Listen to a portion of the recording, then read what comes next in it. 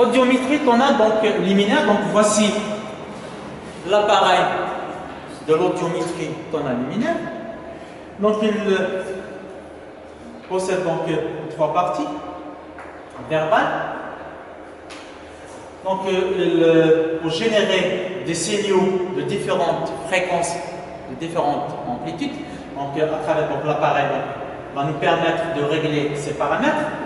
Et aussi vous avez une stimulation de vibration. Donc on place une vibration au niveau de la mastoïde. Vous avez un vibreur ici pour la conduction osseuse. Donc pour le casque pour la conduction aérienne, vous avez ici le vibreur pour la conduction osseuse. Hein, et vous avez ici la parole pour la reconnaissance de la parole. Donc trois examens qu'on peut faire avec cet appareil.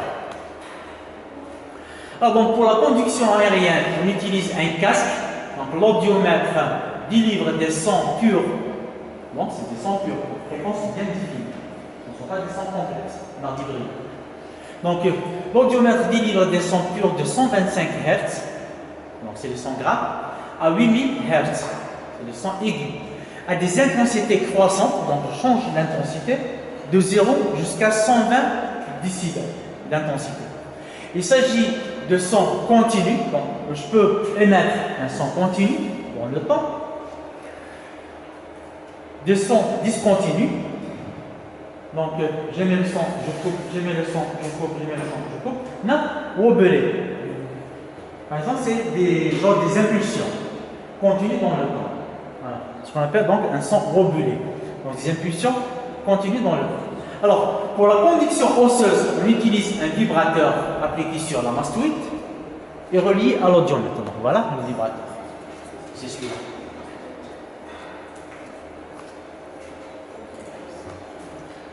Donc voici des exemples d'audiomètre, comment il est dressé par l'ORL. Donc vous avez l'échelle de perte d'audition par rapport au zéro. Donc dans cet audiomètre, on mesure la perte d'audition. De combien on perd. On fait un réglage chaque fois entre un point et un autre de les décibels. Et on va demander au patient, est-ce que vous entendez? Quelle est l'intensité? Est-ce que c'est fort, c'est pas fort? Ça par rapport à ça? Non, et puis l'ORL dresse des points pour chaque fréquence. Voilà. Pour chaque fréquence, donc il dresse des points de perte d'audition.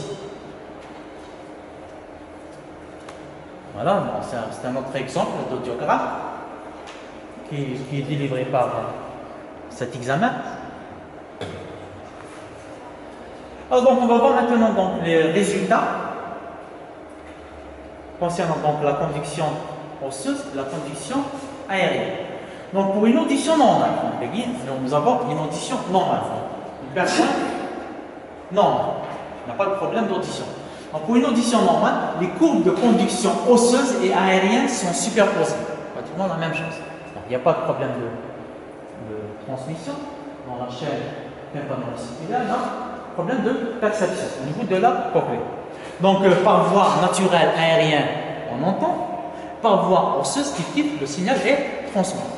Voilà. Donc il n'y a pas de perte d'audition. Donc on dit que c'est un audiogramme normal. Le deuxième. Alors pour une surdité de transmission, donc, nous avons ici une surdité de transmission. Donc, nous avons un problème. Soit au niveau de l'oreille externe, non, au niveau de l'oreille moyenne. Le signal ne se transmet pas par voie aérienne. La conduction osseuse est normale. Donc, il n'y a aucun problème pour la conduction osseuse. Vous voyez. Mais par contre, pour la conduction aérienne, donc, il y a une perte d'audition. Ici, jusqu'à 40 décibels, 30 décibels. Donc la conduction osseuse est normale, ce à 0 décibels, et la conduction aérienne est diminuée. Une perte auditive supérieure à 0 décibels. Donc il y a une séparation entre les deux. Donc nous avons un problème de surdité de transmission. C'est bon. Le schéma est clair? Très bien. Maintenant ici, pour une surdité de perception, nous avons un problème au niveau de la commande. Donc, soit par voie naturelle, par voie osseuse, conduction aérienne, conduction osseuse, le résultat qui arrive, l'intensité qui arrive à la cochlée est la même. La cochlée va répondre, elle ne peut pas donner plus qu'elle peut en donner. D'accord? Donc, soit par voie aérienne, donc elle va vous donner un signal, c'est tout ce qu'elle va vous donner, soit par voie osseuse, elle va vous donner la même intensité. D'accord? Donc, pour une surdité de perception, la conduction osseuse est diminuée. Donc, la conduction osseuse est diminuée. Hein? Donc, la cochlée est excitée à un certain niveau. La conduction aérienne est superposée à la conduction osseuse. Donc, le signal arrive correctement à la cochlée, mais il est excité exactement de la même manière que la conduction osseuse. Donc, quand vous avez ça, vous avez un problème de perception. Est-ce que cette courbe est claire? C'est bon pour tout le monde? Est-ce qu'elle est claire pour tout le monde? Il y a un problème? C'est bon? D'accord, très bien. Alors ici, vous avez une surdité mixte. Donc, il y a une superposition de surdité aérienne et de conduction et osseuse. Alors, la conduction osseuse est diminuée. La conduction aérienne est encore plus diminuée. Donc, il y a ici un problème dans la conduction au niveau de l'oreille moyenne et de l'oreille externe. Donc, le message par voie aérienne est diminué. Donc, c'est pour ça qu'on voit ici que la conduction aérienne est encore plus faible. Le fait qu'il y a un problème dans la conduction aérienne. Donc, perte d'audition plus importante en conduction aérienne qu'en conduction osseuse. Donc, vous avez ici la superposition des deux.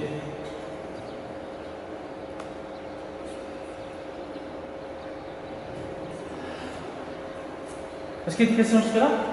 C'est bon pour les audiomètres? Non? Très bien. Alors, audiométrie vocale maintenant. Donc, en moyenne du microphone. Donc, l'oreille va prononcer un certain nombre de mots au patient. Donc, il va voir est-ce qu'il va les entendre, premièrement. Deuxième chose, est-ce qu'il va les comprendre? Est-ce qu'il n'y a pas une déformation de l'audition? Alors, l'audiométrie vocale est un examen couramment utilisé en clinique. Elle est totalement complémentaire de l'audiométrie tonale. L'examen de base, c'est l'audiométrie tonale. Généralement, l'oral va utiliser l'audiométrie tonale. Donc, il va dresser la courbe de perte d'audition pour l'oreille droite et pour l'oreille gauche. C'est l'examen fondamental. L'audiométrie vocale, elle est complémentaire. Alors, l'audiométrie vocale est un examen couramment utilisé en clinique. Il est totalement complémentaire de l'audiométrie tonale. Alors, l'audiométrie tonale ne donne que des seuils absolus de perception des sons tonaux, alors que l'audiométrie vocale détermine la compréhension du langage. Donc, l'audiométrie vocale, ça concerne la compréhension du langage. Alors, on teste chaque oreille séparément, bien évidemment, avec les écouteurs. Alors, l'audiométriste lit aux patients des listes de mots étalonnés en fréquence et en durée. Donc, des mots étalonnés en fréquence, donc il possède des listes de mots. Voilà. Il va vous demander aux patients est-ce que vous entendez ces mots? Est-ce que vous comprenez ces mots? Ce que je suis en train de dire. Est-ce que vous pouvez répéter voilà, le mot que je suis en train de vous dire? Alors, bon, l'audiométriste lit aux patients des listes de mots étalonnés en fréquence et en durée, à une intensité croissante. Donc, à chaque fois, il augmente le volume de la voix. Alors, le seuil d'intelligibilité représente le niveau auquel 50% des mots sont compris. Donc, si 50% de l'ensemble des mots de l'ORL dit au patient, c'est bon. Si moins de 50%, donc il y a un problème de compréhension de la parole. Donc, cette personne-là a du mal à communiquer en sorcier. Donc, vous voyez ici une courbe de perte d'audition vocale. Donc, le cas d'une surdité de transmission, la courbe est d'allure normale, donc celle-là d'allure normale.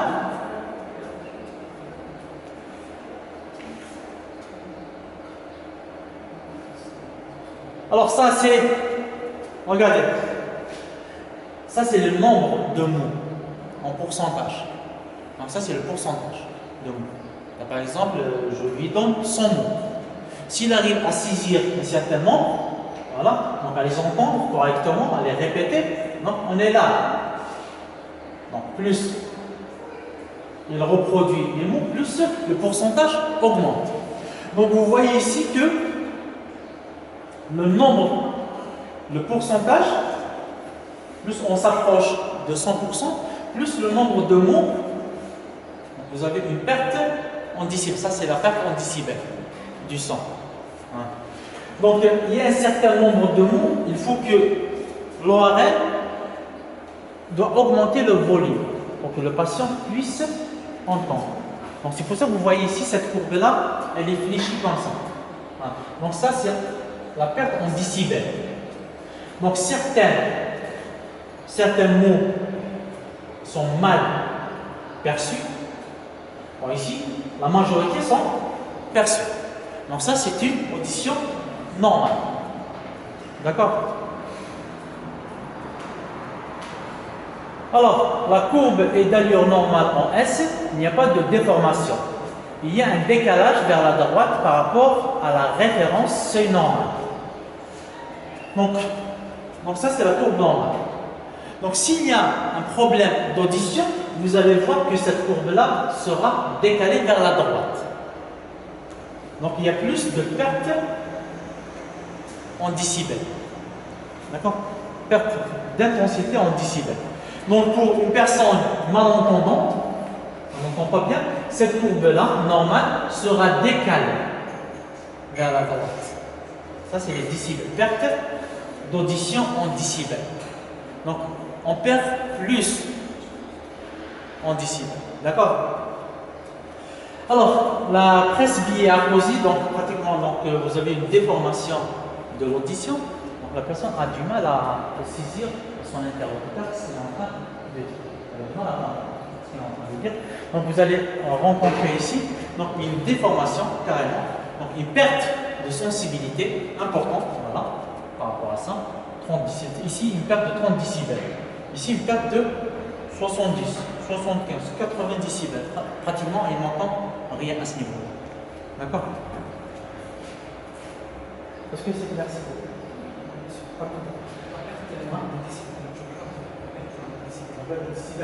une personne normale, 0 décibels. D'accord? 10 décibels. Est-ce que j'entends? J'entends pas. Donc j'ai une perte de 10. J'augmente. 20 décibels. Est-ce que j'entends? J'entends pas. J'ai une perte de 20 décibels. C'est ce qu'on appelle la. C'est pour ça que vous allez voir sur les cours de l'audiomètre, 0 décibels, on va 10, 20. Ça, c'est la perte. Si 10 décibels, j'entends pas, je mets une croix. 20 décibels, j'entends pas, je mets une croix. J'ai une perte de 20 décibels.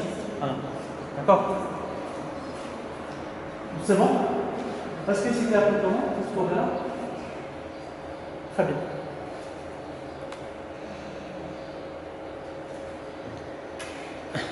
Alors, on passe aux méthodes objectives. Donc la première partie, c'est une méthode subjective. Elle fait appel à la participation active du patient. Pour les méthodes objectives, c'est des instruments de mesure. Je collecte le signal. Donc, je ne communique pas avec le patient. Je ne mets pas les données. Donc, je mets la sonde, voilà, et voilà, j'enregistre le signal que je reçois. La tympanométrie. La tympanométrie, comme son nom l'indique, se mesure les propriétés du tympan. On mesure les propriétés du tympan. Très bien. La tympanométrie permet d'évaluer la souplesse et la mécanique tympano-ossiculaire. Donc vous avez le tympan. Donc je vais voir le tympan, est-ce qu'il est souple, est-ce qu'il répond aux vibrations, voilà, la souplesse du tympan, voilà, et de la chaîne tympano-ossiculaire. Peut-être que les osselets sont accrochés au tympan. C'est une suite. Donc la tympanométrie permet d'évaluer la souplesse et la mécanique tympano-ossiculaire et l'impédance de l'oreille moyenne. Nous avons dit, on évalue l'impédance de l'oreille moyenne sous l'influence d'une hyperpression ou d'une dépression créée dans le conduit auditif. Donc vous avez ici le conduit auditif. Donc je mets la sonde, donc je bouche le conduit auditif, de telle manière à ce qu'il n'y ait pas de communication d'air avec l'extérieur, il n'y a pas de perte de pression. Donc j'exerce ici avec une pompe, soit une surpression, non, une dépression, ici. Même on fait les mesures. Alors, je lâche, ça c'est des capteurs, voilà. On va voir la réponse. Je capte, c'est-à-dire je mesure la pression à l'intérieur. Est-ce que le tympan répond correctement ou il ne répond pas correctement? Est-ce qu'il est souple ou il est rigide? Donc s'il est souple, donc il va répondre. Voilà. S'il est rigide, il répond mal. Même dans quelque chose de rigide, on a du mal à le faire bouger. Alors quelque chose de souple, comme une membrane par exemple, c'est souple, donc elle répond directement aux excitations. Donc c'est le principe de cette méthode. Donc voici la sonde. Vous mettez la sonde dans l'oreille, voilà, et vous faites des surpressions, vous faites des mesures. Des dépressions, vous faites des mesures. Donc, et puis vous aurez un diagnostic sur l'état, soit du tympan, soit de la chaîne tympano-ossiculaire. Deuxième examen, impédance-métrie, donc calcul l'impédance. Donc un impédancemètre permet l'envoi de son de référence grâce à une sonde placée dans le conduit auditif externe. Donc vous avez une sonde, vous la mettez dans le conduit auditif externe et vous émettez un son. D'accord? Vous voyez la réponse. Comment qu'elle sort? Donc les différences de pression entre la pression sonore envoyée et celle recueillie par la sonde dépendent de l'impédance de l'oreille moyenne. Donc comme ça, ça va nous permettre de mesurer l'impédance de l'oreille moyenne. Donc est-ce qu'elle est dans les normes d'une oreille correcte, d'une oreille saine ou pas? Donc les différences de pression entre la pression sonore envoyée et celle recueillie par la sonde dépendent de l'impédance de l'oreille moyenne. Il est alors possible d'évaluer la quantité d'énergie sonore absorbée par la membrane tympanique. Donc à ce moment-là, quand je mesure l'impédance avec cet instrument, donc je saurai quelle est la quantité d'énergie qui est transmise à l'oreille interne. Car l'énergie vient de l'extérieur, comme on l'a vu, une partie qui est transmise et une partie qui est réfléchie. Si par exemple le tympan est rigide, donc l'impédance est très importante. Donc là, la plus grande partie de l'énergie sera réfléchie, il n'est pas transmise. C'est un problème. Vous voyez? Donc cette méthode-là, cet instrument va vous mesurer l'impédance pour voir l'impédance du système. Donc voici un schéma représentatif de ça. Donc on émet un son, voilà, et puis vous avez un microphone ici. Donc vous récoltez le signal qui est réfléchi à partir du tympan. Donc si le signal réfléchi est très important, c'est que son impédance est mauvaise. Si le signal réfléchi est faible, son impédance est correcte. Ici vous avez une troisième sonde, donc vous réglez la pression à l'intérieur. Ici, vous réglez la pression à l'intérieur du conduit auditif. Donc vous envoyez un son et vous voyez la réponse, la réflexion de ce son sur le tympan. Voilà, donc on dresse une courbe de l'impédance du tympan, donc de la chaîne tympano-ossiculaire. Donc on va voir est-ce que l'oreille moyenne n'est pas affectée, il n'y a pas d'affection.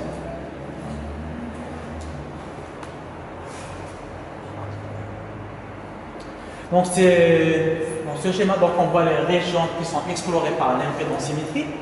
Donc tympanogramme, donc propriété du tympan. Voilà. En temps, donc, c'est le réflexe, il mesure aussi le réflexe stapédien. Nous avons vu tout à l'heure. Est-ce qu'il y a des questions? Ça n'a pas été trop dur? C'est bon? C'est clair? Très bien, super. Donc à ce niveau-là, je termine mon cours. Et bon, je pense à vous.